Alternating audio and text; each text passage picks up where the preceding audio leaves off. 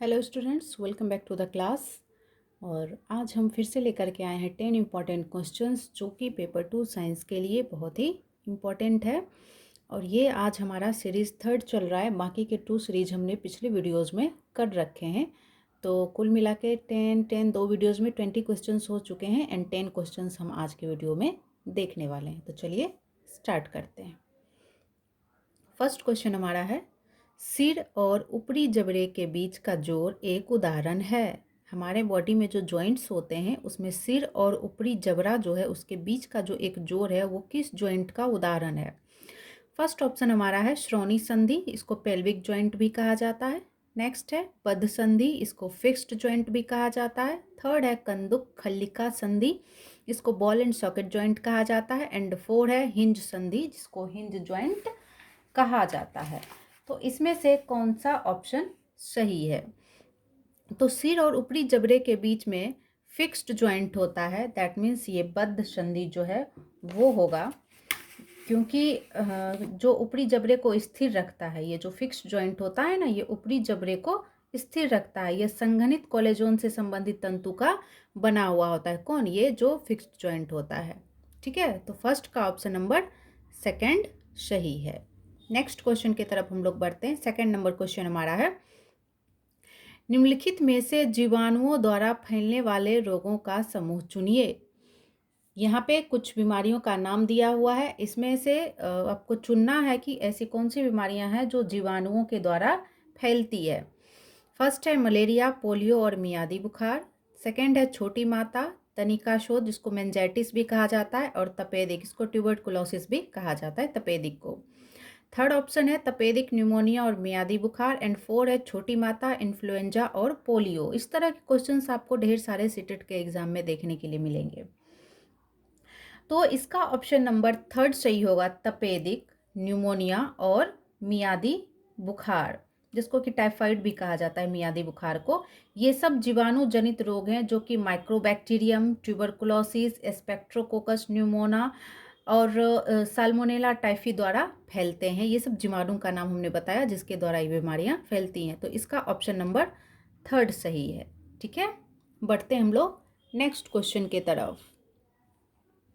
Question number third हमारा है, हमारे सौर परिवार में ऐसे 2 ग्रह हैं जिनका सूर्य के चारों ओर परिक्रमण काल हमारी पृथ्वी के परिक्रमण काल की तुलना में छोटा है, परंतु उनका घूर्णन काल पृथ्वी के घूर्णन काल से बड़ा है। इन ग्रहों के नाम हैं। तो ये जो ग्रह है ना, ये बुध और शनि है। सेकेंड नंबर ऑप्शन हमारा होगा। तो बुध और शनि का परिक्रमण काल जो है पृथ्वी के परिक्रमण काल की तुलना में छोटा होता है।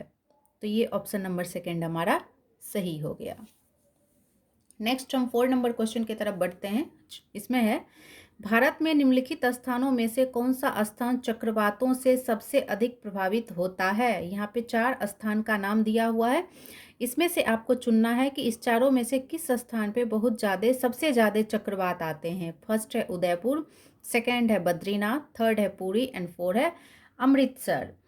तो इसमें जो सही ऑप्शन हमारा होगा वो होगा पुरी।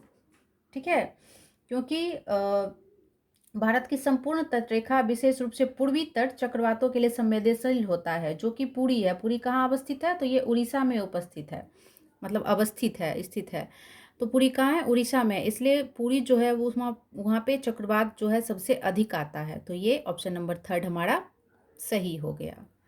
नेक्स्ट हम बढ़ते हैं 5th नंबर क्वेश्चन की तरफ। हाँ, 5th नंबर क्वेश्चन है, हवा उष्मा के स्रोत के समीप गर्म हो जाती है तथा ऊपर उठ जाती है। हवा पार्श्वों से आकर इसका स्थान ले लेती है। इसी प्रकार हवा तेल हीटरों से भी गर्म होती है। यह कौन सी प्रक्रिया है? तो इसमें क्वेश्चन में ऑप्शन जो दिया हुआ है, संवहन, विकिरण, विसरण और संचालन। तो पहले मैं इसका सही आंसर बता दूं। इसका सही आंसर होगा फर्स्ट नंबर, संवहन। अब बताती हूँ कि कैसे ये होगा।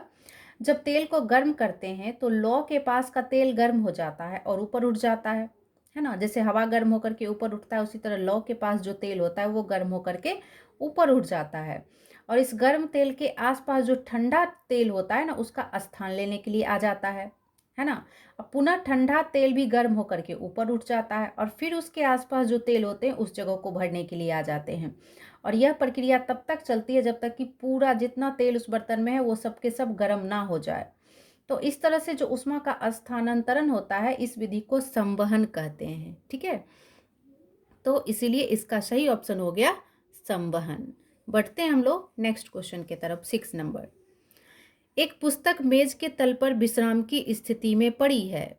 इस पर लग रहे बल या बलों के बारे में निम्नलिखित में से कौन सा एक कथन सत्य है। एक पुस्तक है जो किसी टेबल पे विराम की स्थिति में रखी हुई है। अब पूछ रहा है इसमें कि इस पे एक बल या एक से अधिक जो भी बल लग रहा हो उसके संबंध में निम्नलिखित में से जो कही गई बातें हैं, 4 ऑप्शन है, उसमें से कौन सा ऑप्शन हमारा सही है। तो जब पुस्तक एक मेज के तल पर विश्राम की स्थिति में पड़ी होती है तो इस पर संतुलित बलों का एक युग्म कार्य कर रहा होता है ना। तो ये ऑप्शन किसमें है, देखो इस पर संतुलित बलों का एक जोड़ा कार्य कर रहा होता है। तो ऑप्शन नंबर फर्स्ट ही हमारा सही है, बाकी के ऑप्शंस तो देखने भी नहीं है। क्यों, इसमें दे रहा है गुरुत्वाकर्षण बल टेबल पे है तो गुरुत्वाकर्षण बल नीचे से लगेगा नहीं। इस पर केवल घर्षण बल कोई फ्रिक्शन वहाँ पे हो नहीं रहा, तो ये भी गलत हो गया।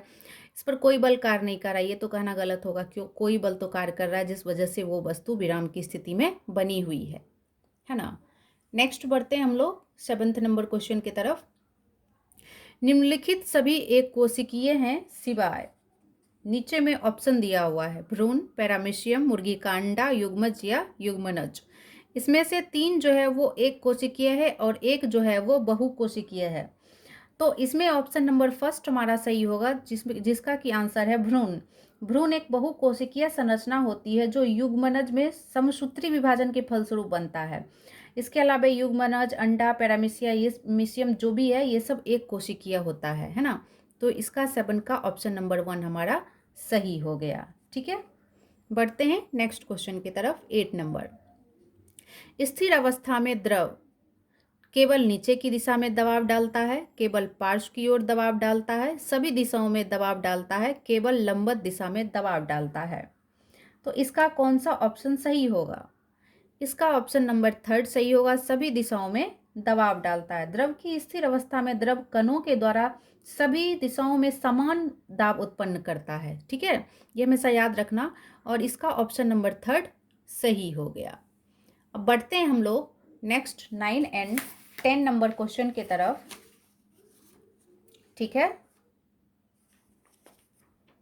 9 नंबर क्वेश्चन में कह रहा है आयोडीन युक्त खाने का नमक क्या है।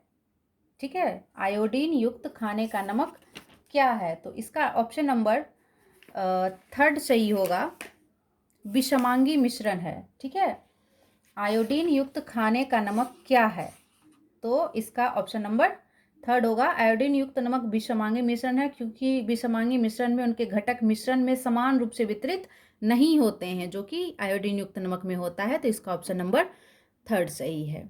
नेक्स्ट एंड लास्ट क्वेश्चन हमारा है 10 नंबर, अग्नाशयी रस होता है। अग्नाशयी रस की प्रकृति कैसी होती है, अम्लीय, क्षारीय, उदासीन या इसमें से कोई नहीं। तो अग्नाशयी रस जो होता है वो क्षारीय प्रकृति का होता है। ठीक है, यह वसा, प्रोटीन एवं शर्करा के पाचन में सहायक होता है। जो हमारे अग्नाशय से जो रस स्रावित होता है वो वसा, प्रोटीन एवं शर्करा के पाचन में सहायक होता है। इसमें एमाइलेज, ट्रिप्सिन, लाइपेज आदि एंजाइम्स होते हैं और यह कार्बोनेट आयनों की उच्च सांद्रता के कारण क्षारीय प्रकृति के होते हैं। ठीक है, तो इसका ऑप्शन नंबर 2 सही हो गया। ठीक है, तो इस तरह से आज भी हमने 10 क्वेश्चंस को कंप्लीट कर लिया है और नेक्स्ट ये सीरीज़ 3 था और डेली इस तरह के क्वेश्चंस आपको देखने को मिलेंगे। इसी टाइम में आपको डेली क्वेश्चंस मिल जाएंगे, 10 क्वेश्चंस का सेट। और ये सारे क्वेश्चन प्रीवियस ईयर में पूछे जा चुके क्वेश्चंस हैं और बहुत ही इम्पॉर्टेंट हैं। ठीक है, तो बने रहिए आप लोग हमारे चैनल के साथ और हम लोग इसी तरह से मिल कर के 10 क्वेश्चंस का सेट डेली करने वाले हैं, जिससे कि आप लोगों का एग्ज़ाम जो है वो अच्छे से जाने वाला है और इसी टाइप्स के क्वेश्चन एग्ज़ाम में पूछे जाएंगे।